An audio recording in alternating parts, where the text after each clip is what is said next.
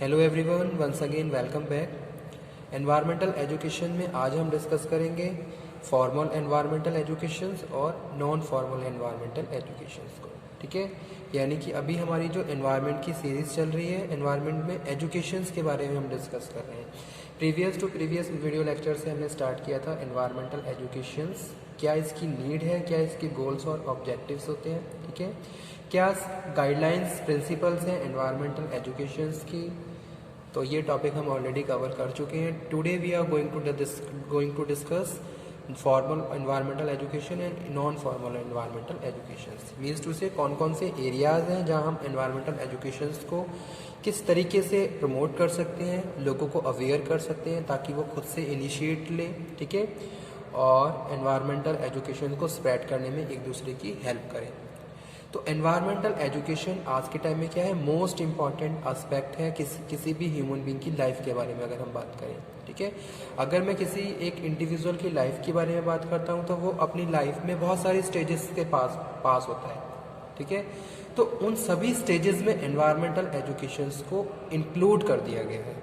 जैसे हम primary level की बात करें तो प्राइमरी लेवल से लेके लास्ट तक जब तक हम अपनी लाइफ को सरवाइव करते हैं और जिस भी पोजीशंस पे हम होते हैं, हर एरिया में, हर पोजीशंस पे और हर स्टेजेस पे there is a proper scope for the awareness of environmental education and promote and take a preventive actions for the major problems and their solutions.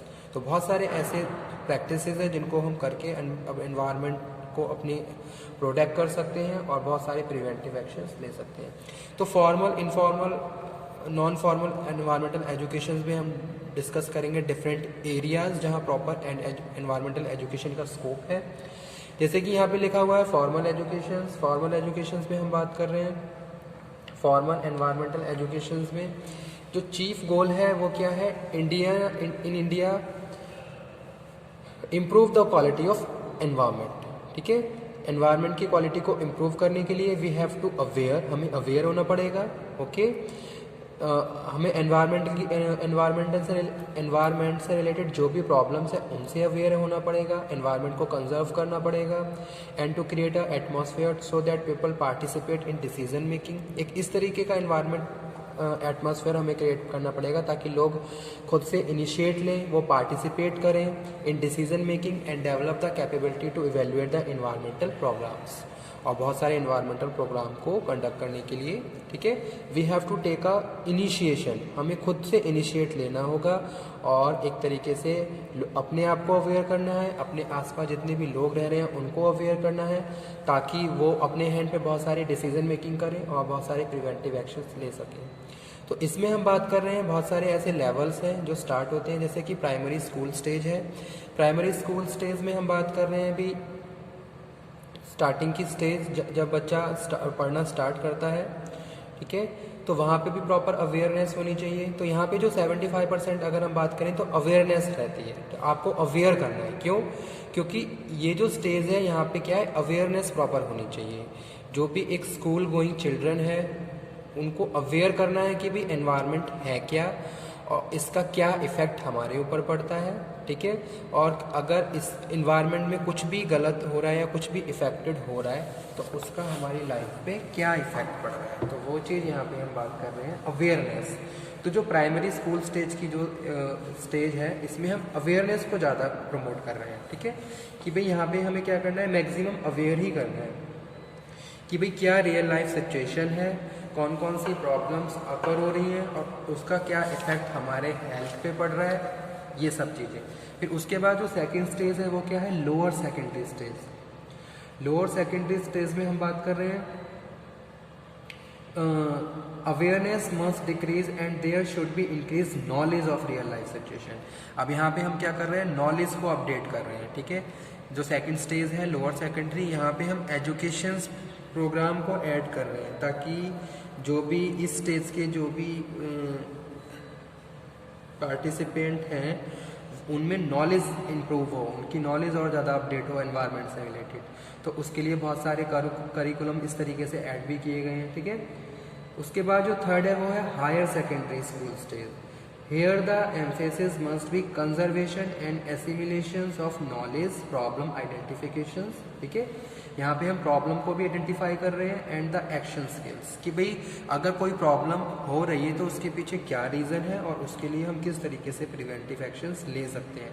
तो ये हायर सेकेंडरी स्कूल स्टेज है जिसमें हम बात कर रहे हैं knowledge and problem identifications and action skills. The content used may be science based and the action oriented work. ठीक है, यहाँ पे हम एक्शन ओरिएंटेड वर्क कि भाई आप क्या कर रहे हो, अपने हैंड पे आप क्या कर रहे हो ताकि आप एनवायरनमेंट को प्रोटेक्ट कर सको, तो वो यहाँ पे हम बात कर रहे हैं।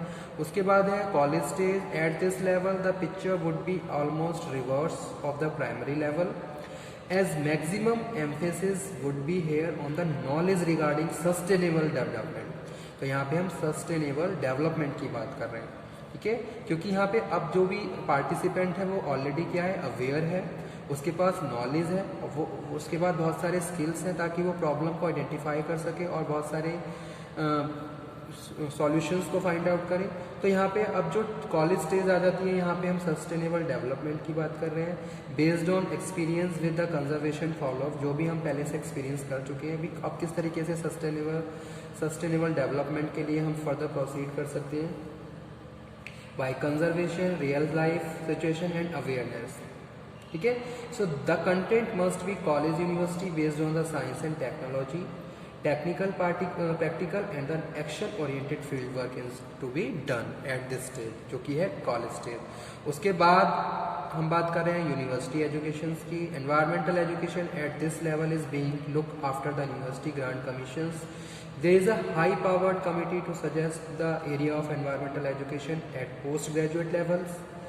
There are about 10 universities teaching course in the environmental areas. तो कुछ ऐसी यूनिवर्सिटी जो environmental areas के लिए प्रोग्राम कंडक्ट करवा रही हैं, ठीक है, यानी कि हम स्पेशलाइज, अगर कोई स्पेशलाइज होना चाहता है कि इस पर्टिकुलर फील्ड में, then they have to done a PG programme in environmental areas ताकि वो एक एक्सपर्ट की तरह काम कर सके।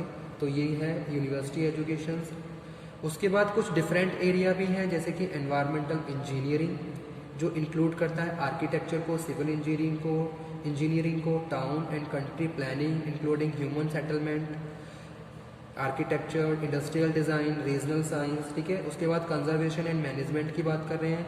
इसमें हम बात कर रहे हैं it includes field like land use, forestry, water management, waste management. ये सारी क्या है, एनवायरनमेंट से रिलेटेड इश्यूज़ हैं जो बहुत ज़्यादा आज के टाइम में क्या है, रनिंग में है।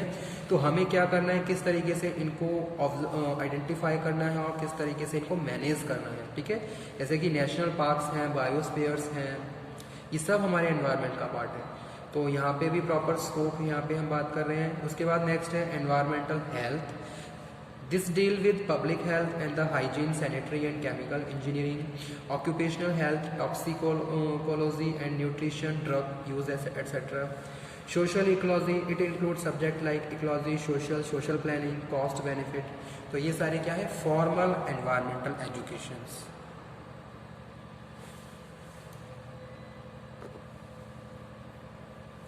उसके बाद नेक्स्ट वन है non formal environmental educations. Non-formal environmental education is designed for any age group working in social, economic and cultural development। किसी भी एज ग्रुप के लिए जो काम कर रहे हैं एज अ सोशल, इकोनॉमिक और cultural development of the community. ठीक है, they form group of clubs and arrange exhibitions, public lectures, meetings and environmental campaigning. इस तरीके से वो क्या कर सकते हैं, और ज़्यादा इस एजुकेशन को स्प्रेड कर सकते हैं अपने अपने डिफरेंट एरियाज़ में। The main constitute of this education जैसे कि है एडल्ट एजुकेशन। जैसे कि हमें पता है कि भी एडल्ट क्या है, एडल्ट में भी influence the other member of better way of life. So adult education is the most important aspect of the non formal education.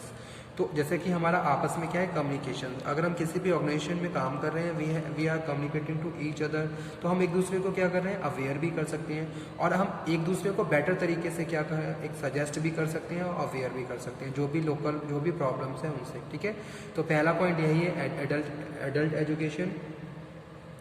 Second है rural youth and non student youth, they may organize into group, जैसे कि different groups हैं।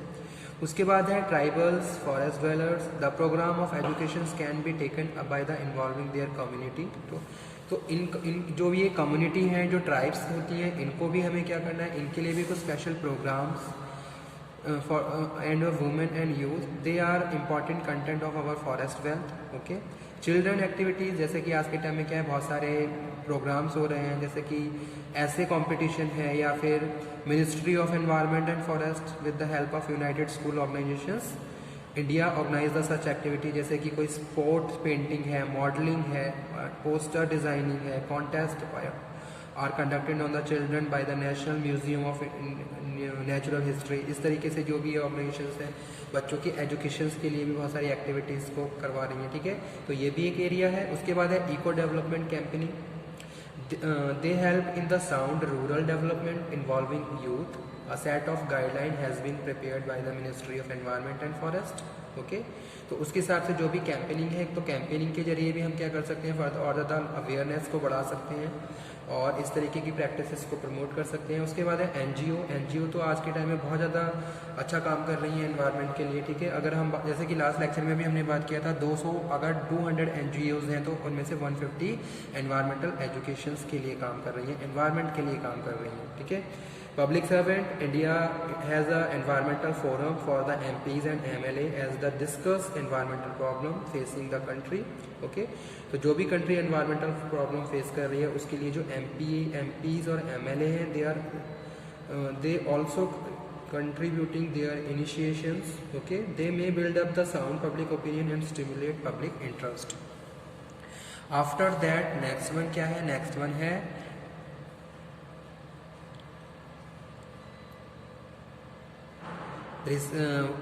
training senior executive and administrators. Regular courses should be arranged for the various institute imparting the such training. These are general environmental management, industry specific environmental management. Foundation courses में हम बात कर रहे हैं, the courses for the probationers selected for the IAS, IPS, IPS and cadet for 3 wings of the armed force need to be supplemented with the foundational courses on environmental relevant to their area of work. ठीक है, तो जो भी foundation course है उसमें environment को क्या किया है, प्रॉपरली स्पेसिफाई किया गया है यहाँ पे कि जो भी वो अपने एरिया में काम कर रहे हैं। Research and development are supported by the Ministry of Environment for the Forest and Man and Biosphere. Center of Excellence, Ministry of Environment and Forest has established Center for Excellence in the country. They generate knowledge and methodology and training in the area of tropical ecology. Next है development of trained manpower. There must be training program for the trainers, professional and technical personnel and the legal experts. तो उनके लिए training programme होना चाहिए। Development of education material, world environment day, all government and state duties, academic institutions, जितनी universities, colleges, schools और voluntary organisations organised suitable activity on the 5th of June, जो कि world environment day होता है। तो इस तरीके से हम क्या कर सकते हैं और ज़्यादा प्रमोट कर सकते हैं। नेशनल एनवायरनमेंट अवेयरनेस कैंपेनिंग है, जैसे कि commencing from 1986 ministry of environment, या फिर नेशनल एनवायरनमेंट मंथ होता है 19 नवंबर से लेकर 18 दिसंबर के बीच। उसमें उस बीच बहुत सारी प्रैक्टिसेस फॉलो की जाती हैं related to the environment. National green corps programmes implemented by the ministry of environment and 2001-2002 से स्टार्ट किया गया। Forestry education training and expansion activities are perform by the different institutes. Ministry of environment and forest like Indira Gandhi national forest academy, Dehradun directorate of forest education, Indian council of forestry research and education, Indian plywood industries research and training institute Bangalore and Indian institute of forest management Bhopal. ठीक है, और last है environmental information. Ministry of Environment and Forest could set up the plan program environmental information system, इसको हम ENVIS in 1982 के हिसाब से जानते हैं। It is centralized system using distributed network of the database of collection of environmental information. ठीक है, तो ये था आज का सेशन जिसमें हमने बात की एनवायरमेंटल एजुकेशंस की, जिसमें हमने फॉर्मल एनवायरमेंटल एजुकेशन और नॉन फॉर्मल एनवायरमेंटल एजुकेशंस को डिस्कस किया। और ये स्पेसिफाइड एरिया है, इसके हिसाब से हम क्या कर सकते हैं, इसको और ज़्यादा फर्दर प्रमोट कर सकते हैं। ठीक है। तो ओके स्टूडेंट, आज का टॉपिक हम यहीं पे फिनिश करते हैं। Thank you very much, thank you.